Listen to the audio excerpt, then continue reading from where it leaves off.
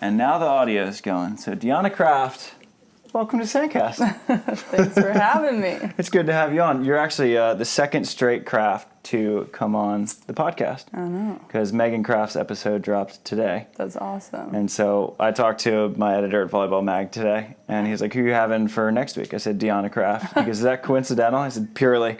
But we're going to play it off like it's just a Kraft episode. It actually is funny because our dads work together too and know each other. Really? Yeah, so it's like very small world. Like when she was in high school or something, I think I like played against her in a CBVA and I was in college. Yeah. And my dad was like, yeah, that's my like buddy's daughter. Like we work in the same like industry. They both are like work in the fish business. Okay. And then like I was coaching in Manhattan Beach or Hermosa, I forget, in preseason. Her dad came up to me and was like, hey, like, what's up? And I was like, oh, we need to grab a picture and send it to my dad. I never got to see him again to take a picture. But it's a small world. We have the same last name, play volleyball, and our parents work in the same. Do you ever get asked if you guys are related? Yeah. Recently, a lot. Like, 3 or 4 times. People will be like, wait, are you guys sisters? Are you guys cousins? Or, like, a lot of people are like, think it's her, but it's me. And I was like, no. It's me. Well, because like you guys are both sort of like coming, and you're like breaking out at the same time. Yeah. And you're both like tall, blockers, blonde, like in California. It's not a bad question. Like I'm sure we look very similar, and like we're both blockers and tall, and I mean the chances of also having the last name as someone is small. Yeah, the beach volleyball world's small enough. I know. And then your dads are. I know. And then our dads are in the same industry, which is like that's the weirder part to me. It's like that our parents work in the same industry and know each other. And they like, I think that's so funny. But yeah. And your dad just supplying the Pepperdine volleyball team with pokey. Yeah, he loves supplying them and all the coaches as well. Is that era coming to an end though?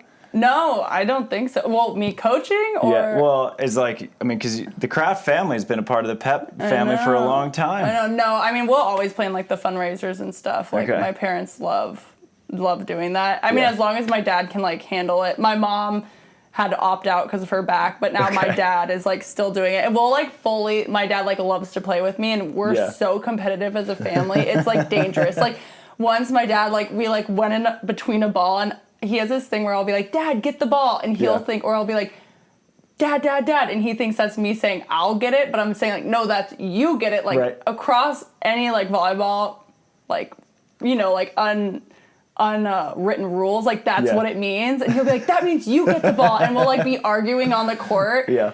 And like people like have seen like videos of us like arguing at the fundraiser.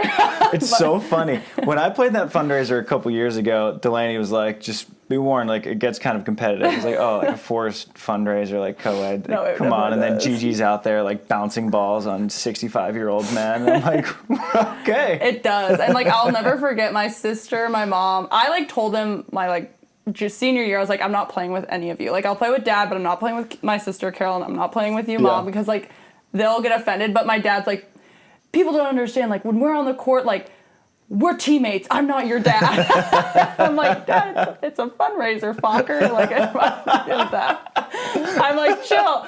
But like it's so true. Like that's how we treat each other. And I've had my mom and my sister on the other court, and then at the time she was dating this guy, and like they were like a riot, and they went with Brittany Howard, my really good friend, and they had the best time of their lives. And then me and my dad were on the other court like brawling it out, and they put Nina with us, and I was like, oh God, this is gonna who can still ball. Yeah, she can, like still ridiculous. She's amazing, but like we were on this court, it's like it's like the most competitive people on a court, and it was just like it was crazy. And then we had like a men's player, so it was a lot of fun. And we played against my sister and I remember I ripped a ball at her, and she just like sat there and took it and like dug me, and everyone was like heckling me, and I was like, oh, nice. Did your family play volleyball? My mom kind of did everything. Okay. Like she grew up in a small town in Wisconsin, and she like still holds track records. Like she was like an insane athlete. I think like did she run at Wisconsin? No, so my mom didn't. She actually went to like massage school. My mom like didn't really go to college because she grew up with 7 brothers on a farm where it wasn't like really like promoted for women to go to school. It was like, hey, you get married and then you have kids. And like so she didn't really have the opportunities, and like that's why my parents are like so like supportive of me, because they're like, especially my mom, she's like, I never had the opportunities. And my mom is literally the most disciplined person I know. She gets up every morning and works out at like 5 a.m. And like she doesn't miss a single morning. She's so like strict with her diet and everything. And like, that's just how she lives her life. And I mean, when you grow up on a farm with 7 brothers, you like she was milking cows at 4 a.m. from when she was a little kid. Oh my God. So she's like insane. Best athlete I know. And like, so she played some volleyball in college and there's like pictures of her. She played every sport. And then my dad and mom actually they met in Hawaii and they lived there for 22 years. And they would play beach volleyball with their friends in Hawaii. But it was like not competitive. But I mean, they can hang for the most part. Yeah. But they're a little getting older now, so like their bodies are breaking down because they were such like competitive athletes when they were younger. It's people. Like now, like they've got back issues and knee issues. My dad like tore his bicep playing volleyball. It was crazy, but we have a lot of fun. So. It's funny like watching our parents or that generation sort of get older because like anyone who's an athlete, like their parents were athletes, and now they're just all starting to break down. Like my dad threw us thousands of pitches of batting practice, and his shoulder he can lift like up to here now. Yeah, and that's it. That's all he's got left. Yeah, my dad like tore his bicep tendon off, and then he got it fixed, which supposedly is like a really painful surgery. Yeah. And my mom was out of town while he like got it fixed, but. I basically, I think it was like his rotator cuff or something. Something happened in this region, and then he went and we went to a fundraiser, the Pepperdine fundraiser, and he wasn't allowed to play. This was when he was on the court with me and Nina. Okay. And then he was like, no, I'm playing in it. And we're like, it's too soon after surgery, like, don't play in it. And then he hurt himself, and then he like kind of hurt himself. He's like, doesn't feel like right after surgery, like it's feeling great, like after the rehab, but then like, some men's volleyball players were there and like ripped some balls at him and he hurt himself again. And I was like, Dad, like you weren't supposed to be on the court. And he's like, I'm not missing the fundraiser. Nothing's holding me back from the Pepperdine fundraiser. Literally. And then he was in Hawaii like 2 months later playing with his friends. And then he tore his bicep tendon again. Oh, man. I think it was his rotator cuff and then it tore off his bicep tendon, which is common, I guess, like for rehab if they do like it a certain way. And so now his bicep tendon's like balled up at the bottom of his arm, but he's brutal. Worth it to him.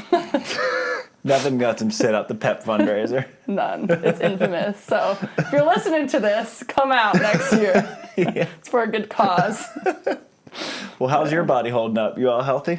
Yeah, for the most part. I mean, aches and pains. Like I feel like as you get older, like I'm not like 18 anymore where I could just jump on the court. And I think a big part of it though was I was commuting so much this fall. I mean, like, Delaney was too. Yeah. And it was just, like, every day I felt like I had to practice a lot because I just came back from indoor. Yeah. And I just felt like I was really behind. So I would drive. I lived in Santa Monica. I would drive, practice for 2 hours, and then drive to Pepperdine, and then drive back, and then lift, like, every single day. Yeah. So it was just, like, so much sitting in the car. I feel like my body's just starting to, like, get back to, like, feeling normal because... Yeah. Then I started training all the time, and, like, I'm not always, like, the best at stretching, I would say. But now I'm learning quickly I need to be good at it. Yeah. And, like, I'm not 18. I mean, I'm in no means old. I'm 23. I'm very young. But, like, it's still, like, it catches up to you way more. It does. When you're playing as competitively as we are. Yeah. And the worst part, I think, is that the timing of, like, driving that much is terrible, but the timing of the drive is the worst because you drive to practice, then you play for 2 hours, and then when you're supposed to be stretching and everything and keeping your muscles loose, you're like, let's just cram you into a giant wheelchair for an hour and a half. Yeah. And then you go coach and you're just standing and you're on your feet. Mm-hmm. Which is brutal, and then you get right back in the car when you should be stretching again. And then I go lift, and so like, it's like, and then I go to bed and repeat. So it's just like a lot of not great, I don't know, sitting and posture for being long, tall. Delaney's just been doing yoga like every single day, pretty much since I know, that's a you good guys stopped idea. having to go to Pep all the time. I know, I should start doing that. She should invite me. I'll do it with her. She calls it our yoga studio, our living room now. Oh, I love that. She just rolls out the mat. She's like, all right, I'm going to the studio. I love that. I'm like, all right, it's the yoga studio now. I love that. Sorry, I'm like fully sweating. I'm like me so too. warm. No, it's warm in here. Is it visible? This is Try's like unintentionally made sauna. No, it's fine. I love it. I'm just. Woo. I'm full on sweating as well. Good. You're also wearing jeans. I know, exactly. But I know his old house used to get really hot too. Oh, that's the one thing about Southern California. Like, there's no air conditioning. I just moved into a place with air conditioning. Oh, really? So, like, welcome to Hermosa, right? Yeah, you just Redondo. Redondo. I mean, close pretty enough. much, yeah. Better than Santa Monica. Yeah. I mean, Santa Monica is great for my job and, like, for Pepperdine and stuff, but I was like, okay, I want to start pursuing this way more, and just, like, being able to... That drive was just it was such a burnout. And it was, like, pretty much takes 2.5, 3 hours of your day just driving. So it's, like... And then, like, I coach at Vibes sometimes, so it was, like, driving back and forth, and it was just insanity. And it's not like the gas prices are getting any lower. Oh, my gosh. When we filled up, and my little Honda Civic has, like, an 11-gallon tank. Yeah. It was, like, $60 to fill up. I was like, what just happened last time? And I never drive anywhere. It's and we only have with one car, so Delaney always took the car. And so I haven't filled up gas in, like, a year. Yeah. Well, that's what I was talking to Delaney about, and she's like, it's not too bad, but we're figuring it out. I'm like, yeah, geez, this is gnarly. So I walk everywhere. It's great. I know. I saw you walking here. I know. It's so funny. Every time I come or leave the podcast, everyone's like, oh, like, I'll give you a ride home. I'm like, I love a good stroll. Yeah, you're like, I'm good.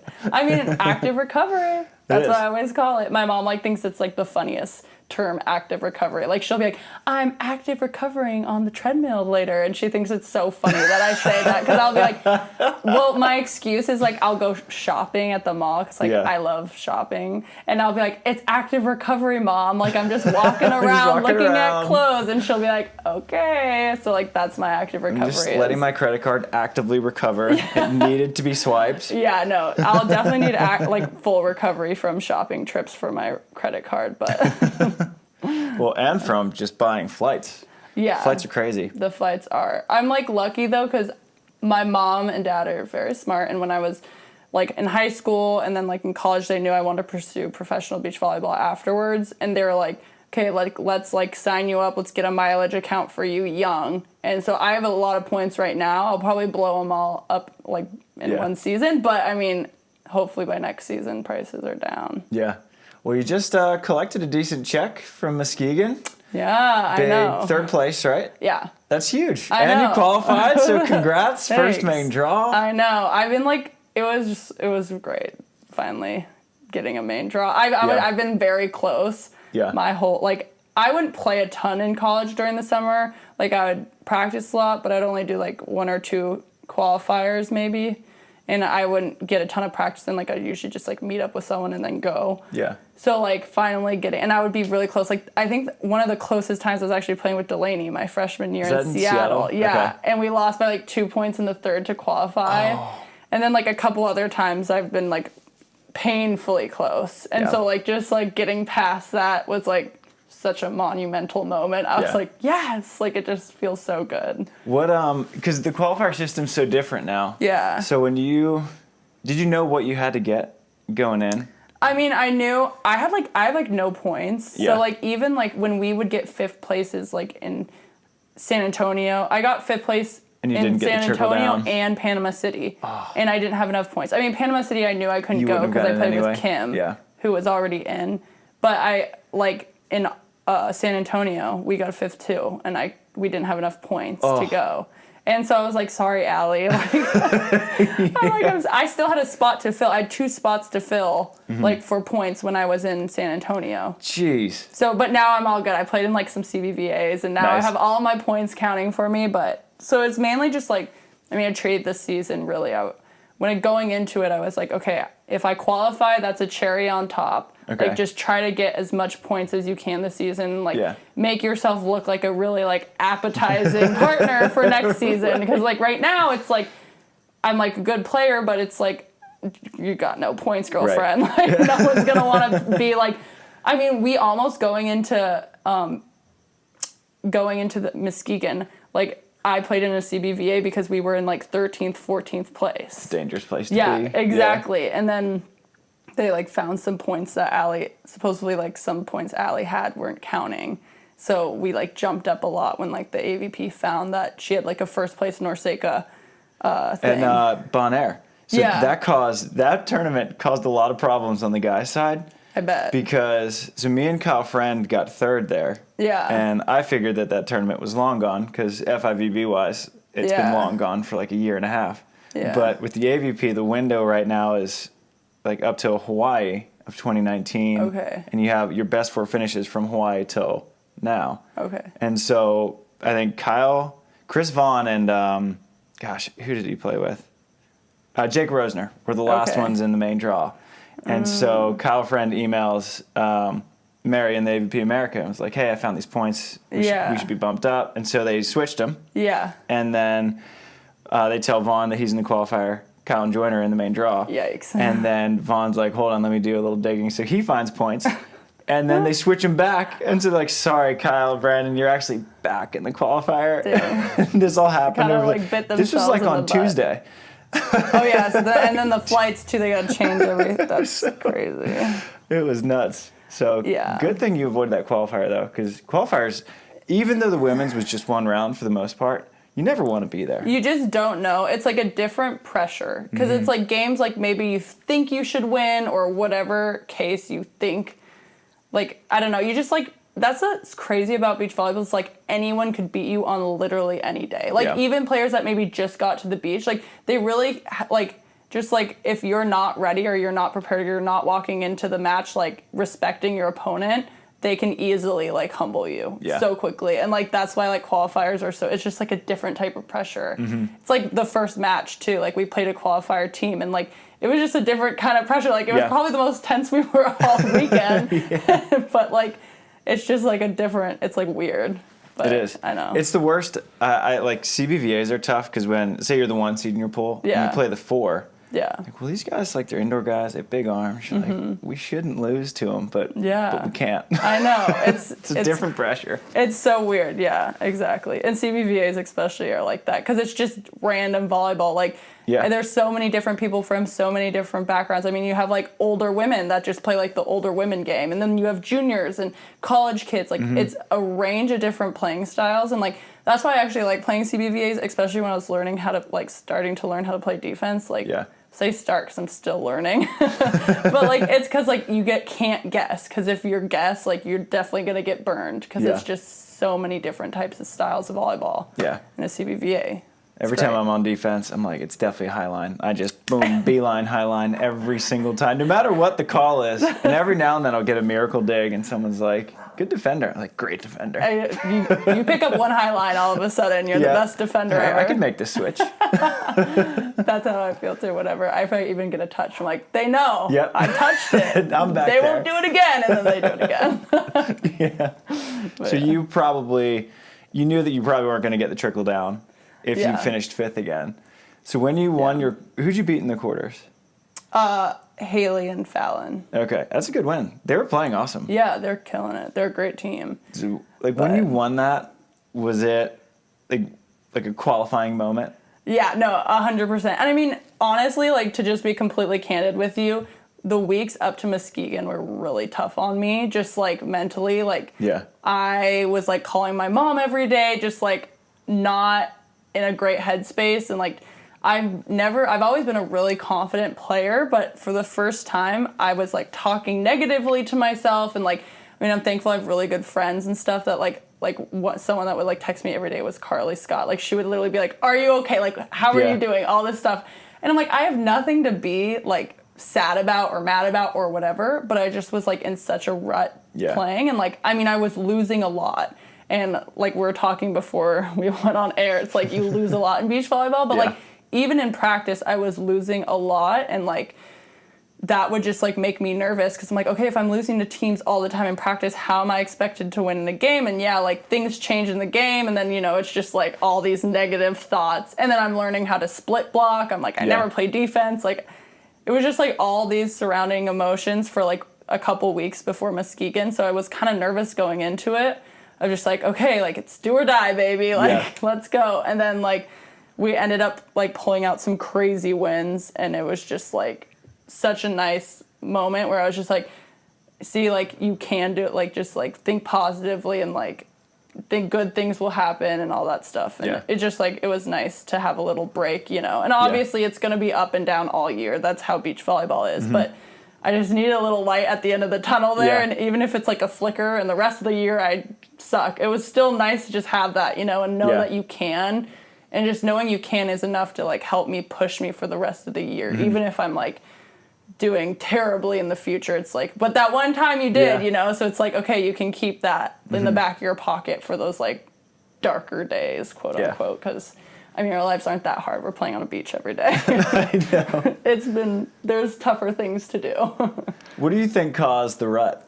Like, if you kind of dug into it and figured out what might have been the impetus for that? Yeah, I mean, I think it was just, like, it was a little bit of, like, burnout, not in a bad way, just, like, coaching is really... It's a lot. It's a lot emotionally, and, like, putting your heart and soul into something and not being able to, like, go out and perform for people. Like, you have to sit there and be like, hey, like, this is what you have to do. And then, like, I just got back from playing at Wisconsin and learning a whole nother sport. And, like, the time and effort I put in to just, like, be a good passer there was, like, monumental. It took up so much time, so much emotional energy. And then I came back and then I relearned beach volleyball again. And it like, just, like, breaking those habits, because, like, I learned so much at Wisconsin, and I literally passed against the wall, like, over 3,000 times a day. Like, it was crazy. Whoa. And, like, just, like, so many touches and stuff. Yeah.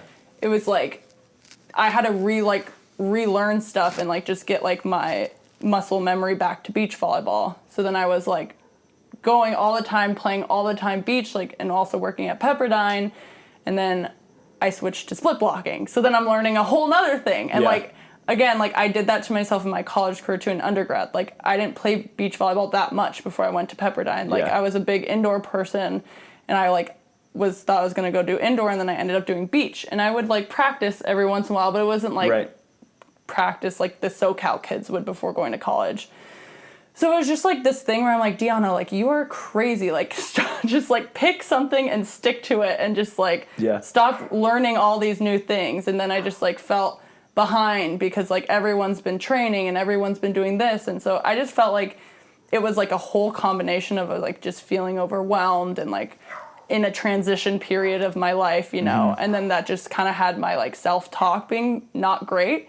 And then I've never had, like, super bad self-talk, so that was just new for me. Like, I was like, whoa, like, why are we beating ourselves up like this? Why am I being a dick to myself? Seriously.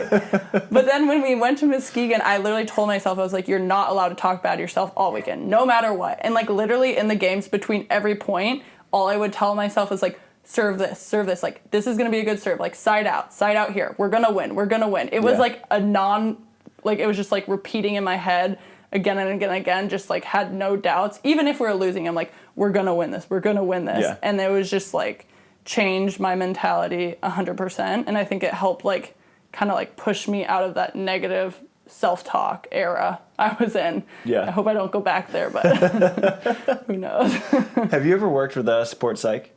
I did in college. Okay. But it was mainly because, like, I've struggled with, like, OCD tendencies where I just, like, need to, like, touch things a certain amount of time, or I feel like I'm going to throw up. Like, it's just, like, it's stupid, but, I mean, it's, like, a real thing. So I just, like, get annoyed at myself when I do it. Yeah.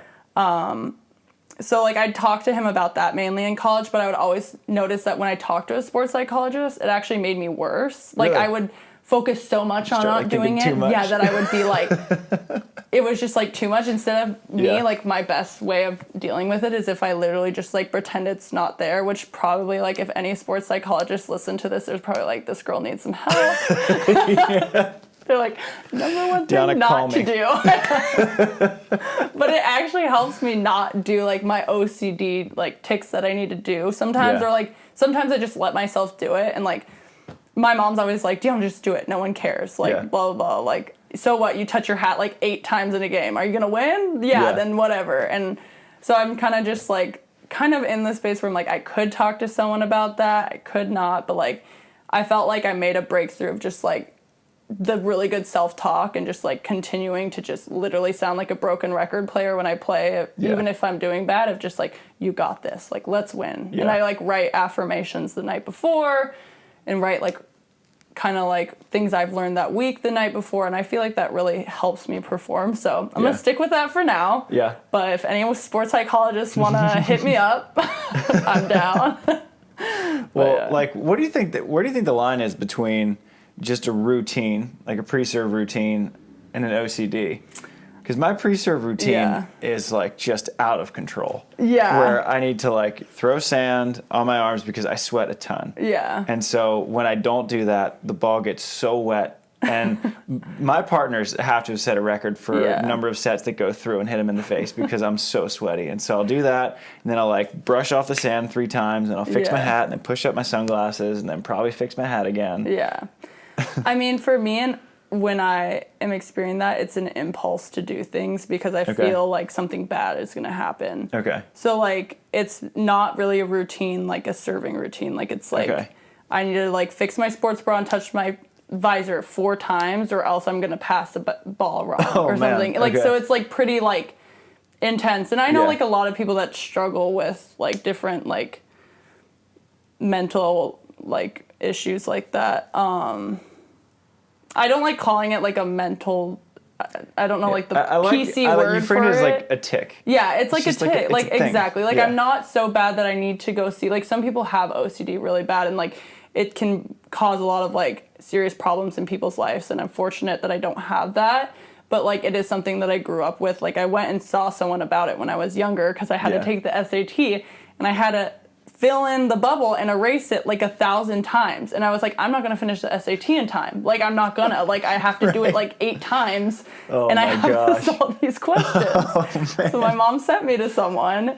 And then, like, she told me, like, just when you have that, like, urge or impulse to do it until you get bored. Yeah. So, like, I'd have to flick the lights on and off a certain amount of times. And I would just do it. And my parents were like, okay, honey, our electrical bill is going to go flying. But they're like, if that's what you need to do. So, like, I, like, have ways to cope with it. But I, like, the problem is, like, when I get flared up in sports. And for me, it was just not labeling it as something bad or embarrassing. It's just like, hey, this is me. Like, this is who I am. And, like, I feel like there's so many, like, just, like, negative stereotypes when it comes to things like when you have like issues like that, I guess. I don't really like calling it an issue again because it's who I am, it's part of me, and like I'm just gonna kind of deal with it. And if I need to touch my sports bra 8 times and looks weird, then I'm gonna look weird. I don't know. So I haven't found like a great way to deal with it yet, I guess, or like maybe like a psychologist 101 like way to work on it. I just kind of like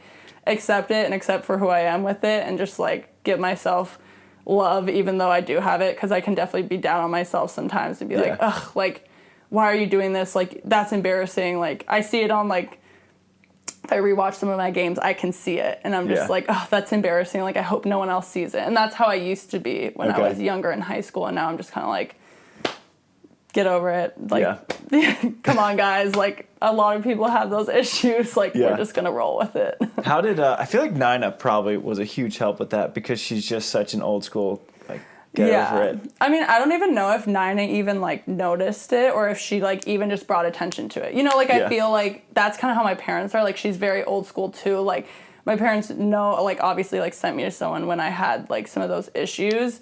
But they're kind of like, hey, like, let's not blow it out of proportion. Like, it doesn't mean you're a bad person. It doesn't mean that you can't play volleyball. Mm-hmm. Like, let's not label it as such a negative thing. Like, let's just label it as, like, it's a you thing. And I think that really helped me of, like, hey, like, it's not, like, such a negative thing, and it doesn't mean you're a bad athlete or a bad person. Like, it's just a little, like, impulse you have, and, like, if you need to do it, and if not, like, don't. And then when it starts really becoming a problem in your game like that, then let's focus on it. And, like, of course, I've ebbed and flowed of, like, when it's been really bad. Like, sometimes I can't focus on my task at hand, but for the most part, it's been good as I've gotten older. And a lot of that is just good self-talk, and, like, staying in that present moment allows me to not even go into the, like, impulsive thinking. It's just, like, I'm in my flow, and I don't have to do it when I'm in my flow. Yeah. So. That's good.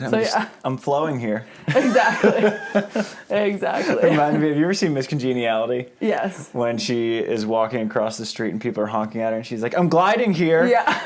I love that movie. She's a great series. There's a couple of them. So next time you get in that state, you're just like, I'm flowing here. Yeah, I'm going to be like, chill, guys. I'm flowing. Yes, I have to touch my sports bra 8 times, but I'm flowing. Well, whatever you did in Muskegon, it worked pretty well. Yeah. Positive self-talk, man. Yeah. It really does work. Listen to all the people, all the psychologists. They know what they're talking about. Was the only match you lost the semifinal, or did you guys have to go through the contenders? Well, me and Katie Spieler, we are renaming the contenders bracket the losers bracket. We both lost our second match, and she's like, how are you doing? I was like, I'm in the losers bracket. She's like, I like that you call it the losers bracket because I'm there with you. We lost. We're losers. But we're going to win. Exactly. Yeah, it's all about the mentality. It's how you spin it, baby. That's PR. That's it. Yeah, exactly. No, we did lose our quarterfinals winners match against Gina and Julia. Okay. So then we had to play. That's why we played. So you go to the quarters of the winners, and if you lose, then you go to the quarters of the losers, quote unquote. So. And then you win one, and you're back in the crossover. And then we're in the semifinal. Got it. Yeah. So it was. I mean, we ended up playing 3 games that day. Okay. So it was 6 of the weekend. It was gnarly. But I mean, if you lost, then you played 5 in one day. Yeah, we played 4. We started at 8. And then it was just match on, match off until 3. So we played 4 in 7 hours, which I would much prefer that than Panama City, where we played, sat 6 hours, played, sat 5 hours, and then they're like, actually, we're not going to be able to fit you in. So go home. I was like, that was a really long waste of time. The sitting is what gets you. And that's why CBVAs are hard too. It's like you sit for 2.5 hours and they're like, okay, 1 match to 28. Yeah. You're like, okay. And they're like, you guys are young. You don't need to warm up. I'm like, listen, man. You're like, I was thinking a couple of hitting lines. Yeah, no, it's gnarly. I mean, that's what happened in San Antonio. Me and Allie waited there for we could have went back to our hotel, but me and Allie sit in our hotel and we're twiddling our fingers. So we'd rather stay at the site. Yeah. And we ended up sitting there from 3 to 9 because we had an 8:45 match, and then they're like, oh, we're canceling your match. Yeah. So we ended up just chilling there all day for no reason. Yeah, that's exactly what we did in Panama City. Our second match is at 3 maybe, done at 4, and then they're like, you're definitely going to fit this match, and we're going to start it at 7. I was like, hold on. The sun sets at 6:45, John. Yeah, you're like, according to my calculations, we will not be playing, sir. And then the match in front of us went 22-20 in the third set. Oh, yeah. And they were playing well into darkness. Yeah. And they're like, yeah, you're not going to fit this one in. The old turn the headlights on game. Yeah, it's gnarly playing in the dark. Well, I remember we were sitting there watching a game from across the way, and I was like, you can't see the ball. I was like, how are these girls playing? Yeah. And shout out to Wilson with that new bright technology right and the behind yellow. You there. Maybe they should make glow in the dark balls. My buddy Judd, he puts on glow in the dark tournaments. That sounds kind of scary. They line the net with kind of Christmas light style things, and then they put the lines down the court, same thing, and then there is a glow in the dark ball. It's funny because you can't see anyone on your own team, and so that's so funny. It's pretty cool. But those tournaments, when they run them, get huge numbers. People love it. And then, of course, no one's drinking a drop at those tournaments at all. Oh, I bet. Sober completely. Yeah. Sounds fun. Sounds like they need some medical staff on site, though. Yeah, for sure. A lot of collisions there. I mean, jeez. Yeah. That sounds fun, though. So, I mean, while the workload in Muskegon was significant, and I'm still pretty sore from it, I would so much rather have that than just the playing and the waiting and then the playing and then maybe not playing. And I think that, fitness should be an element of beach volleyball. Yeah, 100%. On the World Tour, you play one match. In World Championships, you play a match every other day. Yeah, I heard about that. If you won, you had 2 days off. It's crazy. It was really funny because I've been commentating for it, and one of the commentators is like, how much energy are these athletes expending? They got to be so tired. I was like, on the contrary, these guys are as fresh as you'll ever see them. This is the most rest they'll ever get. Yeah, I mean, I was talking to Allie today, and we were huffing and puffing at practice today. Our legs, well, I mean, playing defense is so different. My hips were so sore and tight after this weekend because, you're in, a loaded position. Mm-hmm. Whereas blocking, you're not as much like in that low stance. So I was like, there was all these new aches and pains. I was like, whoa, like this is how maybe I actually play defense well if this is sore. Yeah. So like, it's like, I rather that too though. Like just having as like 3 is good. I don't know. 4 is a little much, but I like rather have it moving along. But it definitely at our last game, like there was times in like that semifinal match where Allie got like great up, and it would be like I would plant one way and there was no way I was changing direction off of that leg. Like the leg was shot. I just like and there's like one I like pulled and I like completely tripped. I mean, luckily we didn't get the ball up because that would have been really embarrassing. But I like fully tripped. My legs were just like giving out. So, but I mean the fitness is important. Like people that can hang. But I mean there's a certain point though too where it's like 4 games in a day. It's like okay, we're burning like 3,000 calories a game possibly, especially if they're going in overtime. And both of our matches the day before, our 2 matches, went to 3, and they were like barn burners, like 17-15 in the third. Oh, man. And so it was just like, at that point when you play another game after that, it's like, okay, like, we're burning, and we're not eating as much as we're even burning all day. Right. It's like, at that point, it's just survival of the fittest. Yeah. And I told JM, because we lost, our last match we lost, it was really close, like 21-19, 21-19. I was like, I don't think that the next one would have gone very well. You're like, we ended it at the perfect time. I was like, we ended still playing pretty good volleyball, but 1 hour's rest, I would have been, I was spent. It's gnarly. It's crazy. Yeah. It's just like a totally different type of effort. And I have like respect from that. Now, playing indoor and beach, it's just so different. Like the load is different in different ways. For sure. But what made you go back to indoor? Because it seemed like you had gotten really good at Pep. It seemed like you were kind of beachy, and then you're like, let's go back to the frozen tundra. I'm just crazy that way. No, I was deciding between Wisconsin and Pepperdine when I was in high school. And like starting my junior year, I was like, what if? Like I just started dreaming, started thinking. And then I was talking to my really good friend, Brittany, and she was like, you should just do it. Like, why not? Like, you've been talking about it. Just do it. So then I reached out to Kelly, the Wisconsin coach, and I was like, remember me? Yeah. And it'd been like 7 years at that point. Because at that point, like, there wasn't as many rules now with recruiting, so I was talking to them, like, kind of at a younger age. And he was like, oh, of course, yeah. And so they took me on an official visit, and they were like, are you serious about this, all this stuff? And then I went on the official visit, and I, like, fell in love with it. I was just like, yeah, I got to do this. And, like, I committed there, like, verbally. And then I was just like, okay. And then my senior season got cut short from COVID. Yeah. And I remember thinking, and, like, Marcio was like, just, you move on. Like, you're going to do great things. Like, just go and do it. Because, like, obviously I'm like, that could have been a decision to go back. But I kind of always, like, had that urge to go. Like, I thought about it for a little bit, like, a second. I'm like, oh, I just lost my senior season. But I was like, no way. Like, this is what I want to do. And, like, something just called me to do it. And I want to have all the experiences I can. And it was an experience that I would have really regretted if I didn't have. And it was so cool going to a big school. And, like, I mean, the resources that school has is, like, you wouldn't even believe it. Like, I could go and be like, hey, like, I ripped a hole in my knee pads. Could I get new knee pads? Would they be in my locker the next day? It's just like, and that sounds like so like typical to probably anyone that was at a big school. But like for someone that came from Pepperdine, that was like not really a thing. I mean, we did what we could do with our resources and we were taken good care of. But like that was like the red carpet experience. We were on like a private plane. It was like crazy. It's amazing. Yeah, when you go to a football school, life's different. I know. And I mean, especially Wisconsin, like their fan base is so strong. Like they have a entire arena just for volleyball. Like they wrestle there too, but it's primarily for volleyball. Like they are a volleyball school and it's like so cool to like be a part of that. And like the fans are like there was literally there's like homeless people, a lot of homeless people in Madison, and they like know you like from volleyball. Like that's my awesome. Really good friend Deahna, she's like one of like the stars of Wisconsin. Yeah, they would be like, Deahna, and I was like, are you homeless? And they like knew us. And we're like gonna be volleyball, and they're like point us out on our volleyball shirts. So I was like, you know, you made it when even the homeless people know you.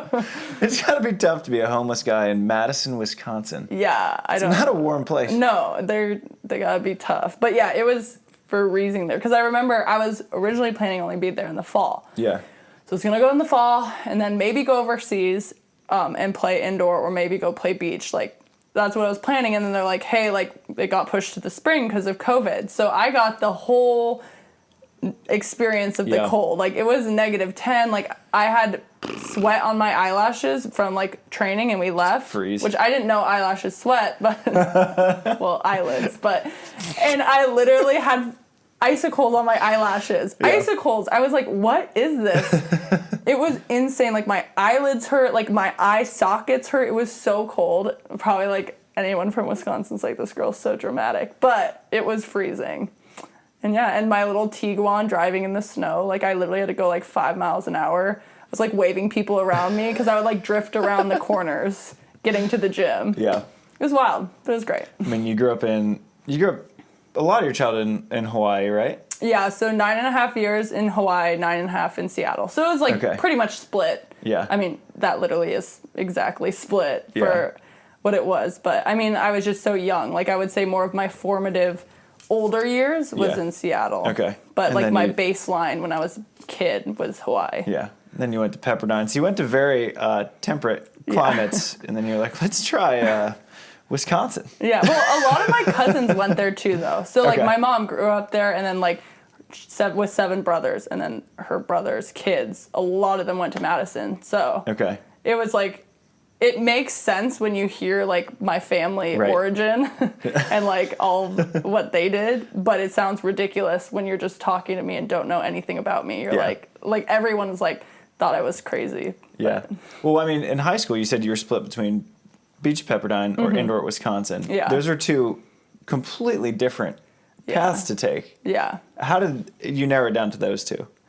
I've, like, always been a woman of, like, I know what I want, and I want it, and I'm gonna go get it. Yeah. With the snap. Like, I'm just, like, all in or nothing at all. Like, if you are my friend or anyone, like, that's just who I am. And if I'm not all in, like, I'm not a happy camper, and, like, I'm gonna have issues, and, like, I just, like, know I'm not all in, and then it will affect my whole psyche and everything. Mm-hmm. And so I knew that, like, whatever I did, I was going to have to be all in. So, like, I went and I visited Wisconsin, and I liked it. But then I went to Pepperdine, and just something clicked. And I don't know. Well, first of all, let me start from the beginning. I got a little lost there.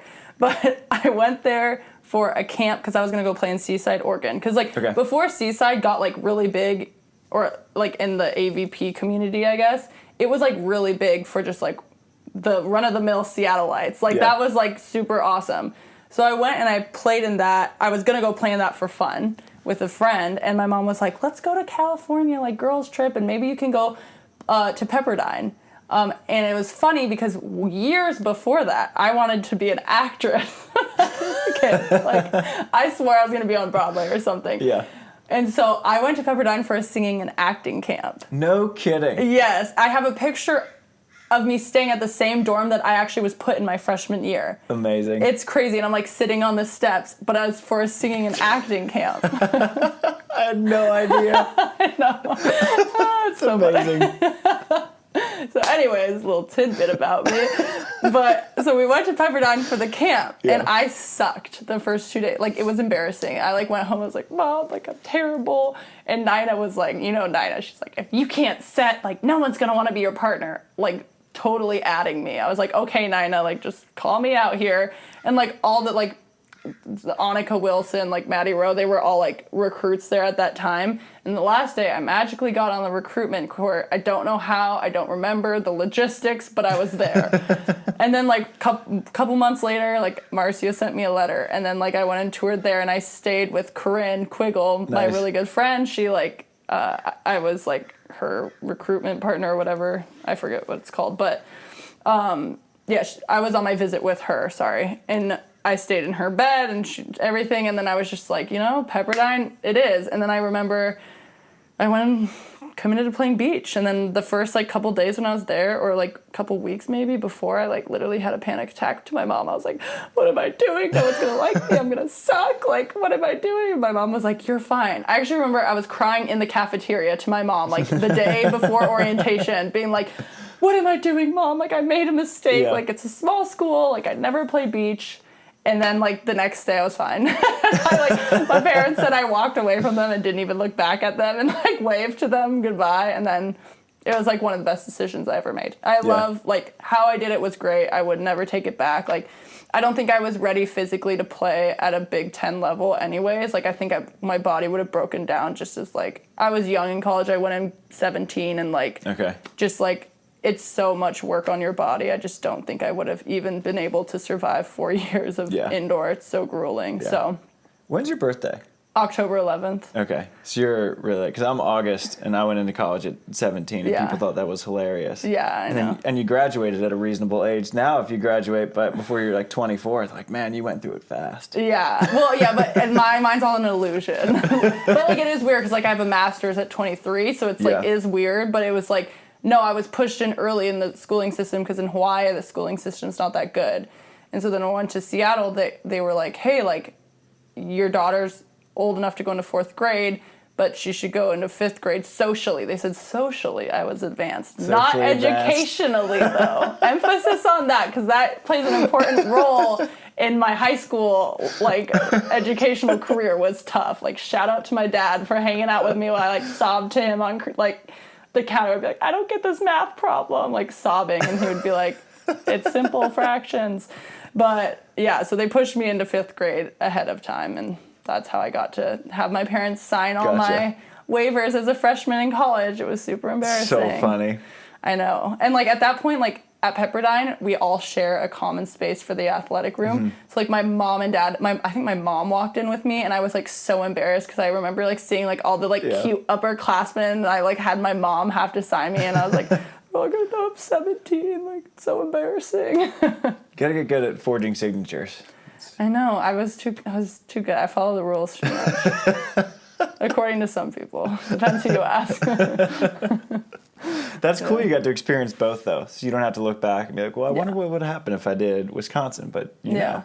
Yeah, now it seemed to be a great experience. It was a great experience. I loved it. And, I mean, the coaches are so great. Like, I mean, it's honestly, like, the biggest family I've ever... It's just, like, insane how much they treat you like family. Like, I went back for I didn't get a senior night there because we all got COVID later on, like, in the middle of season for our senior night. So I went back there and they, like, put on a whole thing for me. And then, like, they're, like, warming up for the game. And the coaches were like, hey, come sit on the bench. I was like, you guys need to focus. And they're like, no, sit on the bench. Like, all said hi to me while they're about to play, like, Nebraska, which is, like, our biggest rival. And it was to win the Big Ten trophy that night. Yeah. And they're like, come on down. And then they won Big Ten. And, like, they called me down on the floor to hang out with them. Like, and I mean, a lot of those girls were my friends because they all went back. Right. I could have went back for a 6th year, but I didn't. But, like, the fact that they, like, wanted me to be a part of that, you know? Like, and I was like, no, like, you guys have your moment. And they're like, no, like, we're all a team here. That's like, cool. Even though you didn't come back. Like, it was just, like, crazy because you wouldn't think of, like, I mean, you hear horror stories of big schools, you know, where it's, like, you're a number, you're not an athlete, but, like, they are, like, amazing. I was, like... That's awesome. It was just such a good feeling, and, like, everyone was, like, so excited to, like, see me again, which was, like, great, but you know you're there for a year, so you don't know how much, like, impact you had on people, but it was, like, so great, because, like, I love them so much, and to feel that, like, reciprocated, and that they wanted to share that with me, and, like, they did it with all of the girls that were there, because there was multiple girls from, like, years before, too, and we all got, like, called down to celebrate, and, like, we went to the locker room with them and celebrated, and it was just, like, so cool. Like, that is cool. They're so awesome. I love them so much, so they're just amazing program. You're probably fired up when they won. Yeah, I was so fired up. And then they won the NCAA, they won the finals, which was awesome. It's sick. I know, it was the first national championship for their program. Really? Mm-hmm. For such, like, a historically strong program, too. That's surprising. Yeah.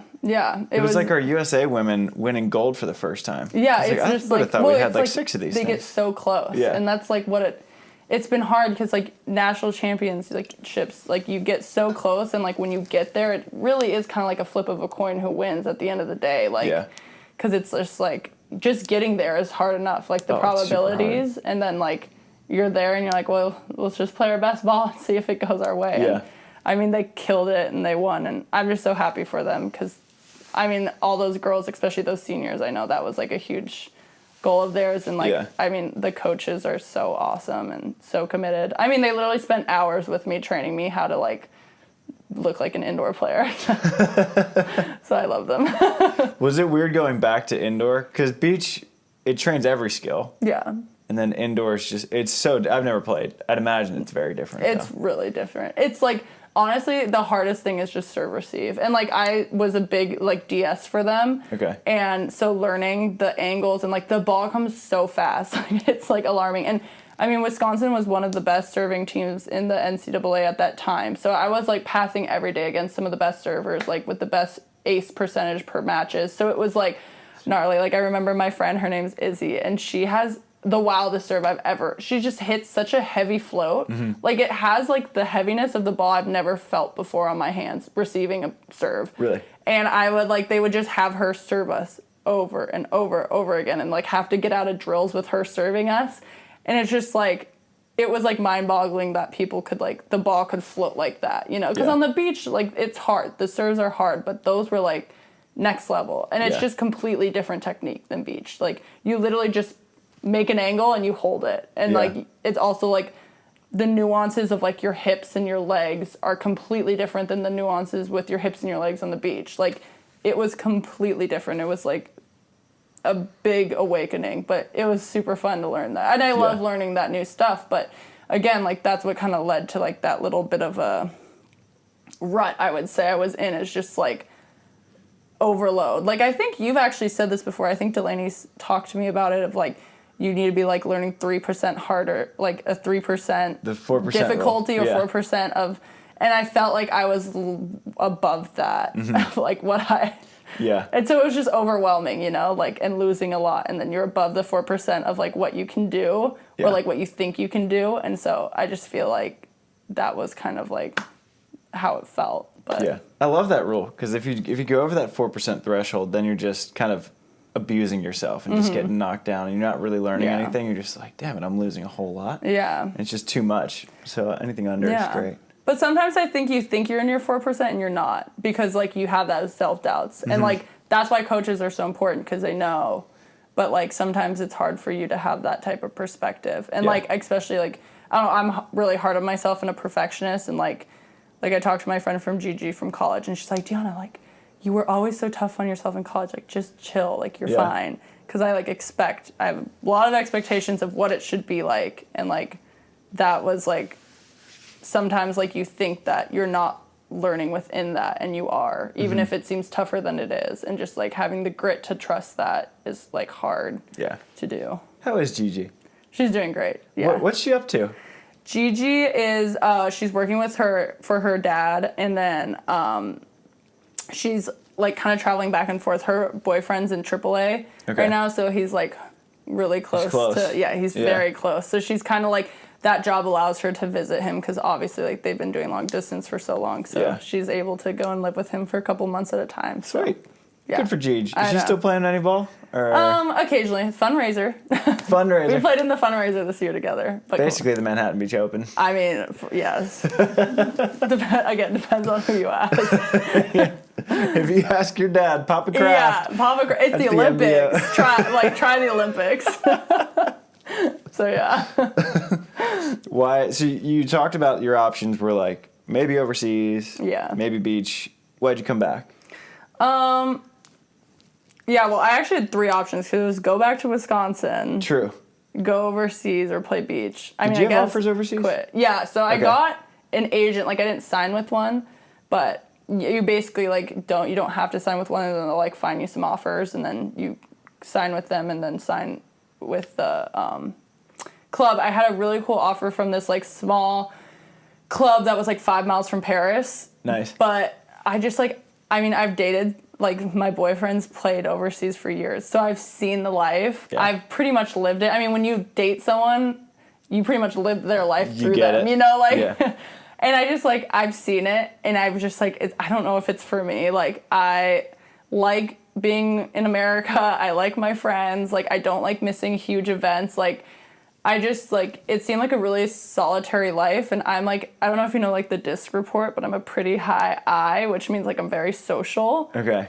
So I just like need that, and I think that was just something that was kind of like, it seemed like not worth it to me. And it was like, to me it was like, if I could go to the Olympics for indoor, I would go. But it was, the indoor Olympics was not in my future. So I was like, like I don't really see the point. Like maybe living over there to see like, I talked to Kelly about it, the head coach of Wisconsin. He's like, oh, you learn so many great things from being abroad, all this stuff. But I was like, I don't know. I feel like I can learn just as much from home. So I decided not to. And then at that point, it was like I didn't felt like I outgrew college. It wasn't the volleyball. It was just college. Like I drove back into Madison and I was like, everyone looks really young. And like I just feel like I've matured past the point of this and I'm ready to move on. But like if it was just volleyball, like if I could literally just show up and play volleyball every day, I would have been there. No questions asked. Because that was like such a great program. But I just like the whole college, what college entails, I was very much ready to move past. I've experienced it all in college, so. Good for you. Yeah, so I'm happy with where I am now, so. Yeah. Now you're the main draw. Let's go. Who would have thought? For a big one, too. Hermosa, right down the road. I know. That's why I was really hyped about it, because, like, obviously, I will gladly go to any main draw that I can get into, but, like, Hermosa was really cool, because it's, like, I don't know, it's right by my house, like, all my friends are here. Yeah. So it's just, like, a special one. I mean, because I wanted my first main draw would have been really cool if that it would have been in Seattle, because like that was my hometown, but this is a very good second best. It's been really interesting to see the players' viewpoints on Muskegon. Yeah. And because when a lot of people qualified, it was technically their first main draw. Yeah. And it's under the AVP umbrella, definitely it is a main draw. Mm-hmm. But a lot of people who have seen what the AVP has been the last couple of years. So, like, Hermosa is the real one. That's what we're going for. It's been very interesting that you would consider Hermosa your first main draw and not Muskegon, whereas other people would absolutely consider Muskegon their first main draw. Yeah. Well, I guess I was looking at it from more of, like, the past, like, format of the AVP. Mm-hmm. And, I mean, I guess, like, it's my first Pro Series main draw, so I can put it that way. Yeah. And I feel like, I mean... And what I was thinking, too, is, like, going into the Tour Series is, like, those are hard. Like, the teams are insane. I was looking at it, I was like, all these players are amazing players. Like, players that, like, I want to compete against every day. Like, they're just so awesome to compete against and, like, get the opportunity to compete against them. And I was like, and we're all in one tournament over 2 days, double limb. Like, this is going to be a bar fight. Like, it was gnarly. And so I was like, I saw that. I was like, honestly, like, whatever happens in this tournament, it's a good finish. Like, these are great players, but like to like be able to come out on the other side of that too is also a really great, like, fulfilling feeling, you know. And it's funny because it's just like a lot of these players should be in main draws, like they're so good, like main draws of like the Pro Tour, but it was just different. And it was fun. It was fun talking to Brooke Sweat about it, because she was just asking, she's like, all the guys matches I've seen have been really close. I was like, well, you have like 2 or 3 teams that are a little better than the rest of them, and then you have 2 or 3 teams that are a little worse, and then you have about 20 who are the exact same. Yeah. Where if you, like, all those teams were to play each other 10 times, it's going to be a 5-5 split almost every time. Just a flip of the coin. And you can see the scores. Like, there were so many matches that went 3, and so many matches that if they didn't go 3, it was like 22-20, 21-19. That's how it was for the women's side for the most part too. Yeah, I mean, our second match was 20, I think. Don't quote me on this or fact check me, but 27-25, and then it was 22-20, 17-15. And then the match after that, we lost 14-21, but then we won 22-20, 17-15 again. So it was like an emotionally draining day. Like, those games are like, you're giving all you have, you know, and it's just like crazy. And the mental fatigue of playing the chess match is a very underrated aspect of that. And I mean, we came from behind on the second match. We were down 17-11 the second set. What? And then we were down 14-11 the third set. Jeez. And came back. Who was this? You were playing? Well, you were down, but who were you playing? Megan Rice and Man, 17-11, that's when you start like, all right, let's maybe I think I remember we like got 17-12 and we switched. It might have been 17-12, but I mean, either or point here or there, it's a lot. Yeah. And we played like the small game. We're like, we're just going to win little bits of 2. Like, I was like, it's a 2-point game. Like, we're either going to wash or win, but we can't lose it. Yeah. And then we ended up out of somehow. Good self-talk by you, Deahna. Yeah. Great job. Put that in the journal. I know, exactly. That was what I'm talking about. It was all, even if we were down 17-12, I was like, we're going to win this. We're going to win this. I was like, don't look at the score. So, yeah, it was great. It was Those fun. Are the matches that you're like, I never want to do that again. But I love that we just won. okay, those are the matches where you're like, oh my God, that was so much fun if you win. Yep. And then on the flip side. And when you lose, you're like, dang it. But that's why I was so happy and why it was so special is because, like, we were on, like, the other side of that a lot. Like, and not even, like, we were losing by a lot in practice. And then sometimes if it was close, we were on the other side of that 2-point, like, conversion. Yeah. And it's just a crappy feeling, like, being on the other side of that all the time. And so, like, finally being on the other side, like, I literally turned to Allie. I was like, I'm not even kidding. Like, I could cry right now. I was like, I know this is stupid, and we won our second game of the day. And, like, we'd probably be ranked, we'd probably be, like, 14th if we lost, right? That, like, just finished. But, like, it was just such, like, a little breakthrough for just me. And I think that's so cool that it's, like, you could literally win, like, the littlest of games, I guess, and it's still, like, can be so monumental for someone, you know, because you just don't know what's going on inside their head, you know? And it's, like, I don't know, it was just, like, a cool, surreal moment for me. And it was, like, just, like, value those little moments, you know? Even if it's, like, not the best win or it's, like, you're winning and if you would end the tournament right there, you'd be in 14th place. Right. But it's, like, from all, like, the mental fatigue you had for weeks and then you finally get on the, like, positive side of that. It just feels so good. And, like, you know that you'll probably maybe be on the opposite side of that one day. But, like, really take it in when you're on the other side. Just gotta stack those little wins and stack them. Exactly. And, like, I just feel like learning how to be a pro beach player, too, and, like, learning how to be a good loser because, like, you do lose a lot. Yeah. And I, like, it's weird because it's, like, I go back and forth. I'm like, no, you shouldn't be a good loser. Like, F that. Like, we're winners. But then it's also, like, you're going to lose a lot in beach volleyball. And then, like, how can you learn from that? Yeah. And, like, be better because of that, you know? And, like, find that edge where you're not, like, complacent for losing and you're like, well, you know, you lose a lot, and then also not being in that part where you're like beating yourself up because you lost, and that's like a hard thing to find. Yeah. And like I've been working on. Yeah. Well, I mean, it depends what you think, like what a good loser is. You know, a lot of people will be like, screw it, like we still get to drink this weekend, like now we get it, now we're in the beer bracket. I'm like, well, that's a stupid way to look at it. No, I mean a good loser as in like learning from it and being like, okay, this is how I'm going to be better. But, like, and that's where it's, like, that's what I'm saying, the balance is, it's, like, this is how we're going to be better, and then beating yourself up and being, like,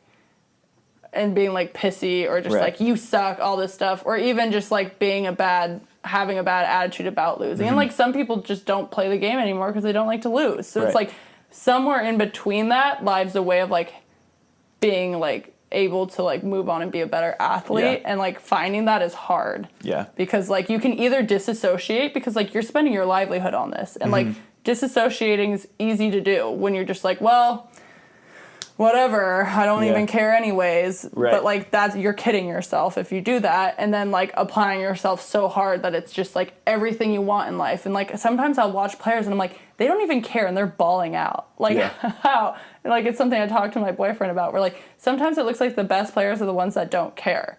And it's just like finding that happy medium of like you care but you don't want it so bad that it's like gonna affect your performance, and then like disassociating. Yeah. And like finding that is like hard. Yeah. And it's so like so many people play for so many different reasons. Yeah. You know, because I watch Taylor Crabb. Yeah. And he cares. Yeah. But you watch him play, and it doesn't look like he has a care in the world, but he just loves playing. Yeah. And he'll go out and play just jungle ball fours like 3 times a week. Yeah. And he'll train in the morning, then he'll lift, and then I'll see him on like 21st. I'm like, do you ever get tired of this? He's like, it's volleyball. Yeah. No. Yeah. And I'm like, damn, that's awesome. Yeah. I feel like you have to love the sport to play it because it's like crazy our lifestyles. I mean, there's no other reason to There's literally no other. I mean, or you really like the beach. That too. You like the beach. You really like the beach. You like being poor. You just go there. Yeah, that's true. I don't know. You like wearing, I don't know, bikini and visor. Yeah. Getting sunglass tan. Yeah, I get a lot of those. So. You got a little bit of what? I know, it's so bad. I get made fun of, like, I'll be on FaceTime and my dad laughs at me and my boyfriend laughs at me. And I don't understand because I just taught myself how to wear a visor again because I, like, couldn't figure it out after playing indoor. And then I was, like, talking to Allie after this weekend, and she's like, your sunglass tan is so bad. And I'm like, I don't understand. I put on sunscreen. So I'm like, I need more, I guess. I don't know. We'll see if we can get you a sunscreen sponsor. I know. Do you have any sponsors?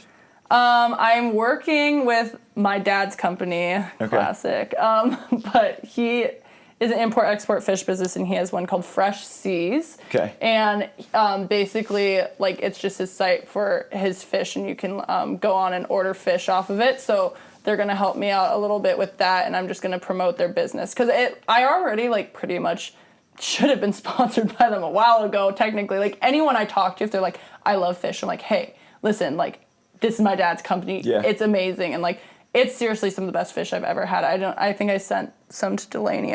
I gave her some, but I've had a fair amount of the pokey. It's so good. It's so good. It's so good. And so, like, I feel like it connects really well to the beach volleyball, like, realm. I mean, you know, fish, beach. Yeah. Well, like, and every beach volleyball player eats pokey. Exactly. All of us do. Exactly. And it's a Hawaiian company, so it's like, you know, got the beach connection there and all that stuff. So I'm still starting to get kind of like talking to how that's going to look like with my family, because I don't want it to just be like something where they're helping me pursue anything. Like, I want to actually help them out and like be successful for them. So I'm kind of working that out right now. But other than that, I'm looking for sponsors. All right, so we got Fresh Seas. Fresh Seas. We're looking for some sunscreen for you. Elta MD is my favorite sunscreen, but I think I need more followers for that one. We'll work on that. Yeah, we gotta work on the follower. Everyone wants followers nowadays. I'm like, how about just a good attitude? Yeah, I like that. I have a good attitude, and I'm like, mediocre face. Like, I can do some good photos. Like, come on, guys. But we'll see. Well, Deahna, I know you have Brittany Howard's birthday to get to. Yes, happy birthday, Brittany. Happy birthday, Britt. We miss you on the beach, but glad that she's thriving. Yeah, she is thriving. She always has been, though. Let's be real. That's true. She's awesome. Yeah, we've had you on for by we. Tri left me. He's in Rome, like vacationing out there, and Savvy went to Turkey, so it's just me for the last like month. Well, I'm honored either way. Yeah. Well, I'm glad to have you on. Good to chat. Thank you. We'll have you and Dave over for dinner soon. Yeah, perfect. Or we'll have you over because I just because you just got a new spot. Either or. Yeah. I owe also Delaney a Frito Misto date, so maybe you guys can crash it. Yeah, well, you guys, she loves Frito. I think Frito's like kind of average, and I say that, and Delaney wants to lop my head off, and it looks like you do too. Yeah, careful. Frito's so good. I mean, it is. Sponsor. Free pasta for a year. I mean, that would be good if I ate gluten. But yeah, I know she said you eat like a rabbit. It's a lot of veggies, fruits, and peanut butter. Yeah. A lot of chicken. Nice. And fish. Fresh seas. Look it up. Well, where can people find you? On social, wherever. If they wanted to follow your beach volleyball journey, where are they going? You're going to Instagram at Deahna K. Okay. Follow along for an adventure of a lifetime. Who knows what you're gonna see, but I got you guys. I'll keep the content interesting. Follow along there. Also, go on to freshseas.com for all your poke needs. Fish, salmon, tuna, whatever you want.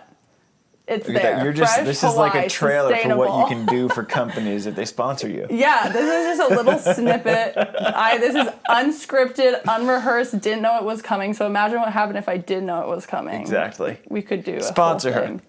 Sponsor now.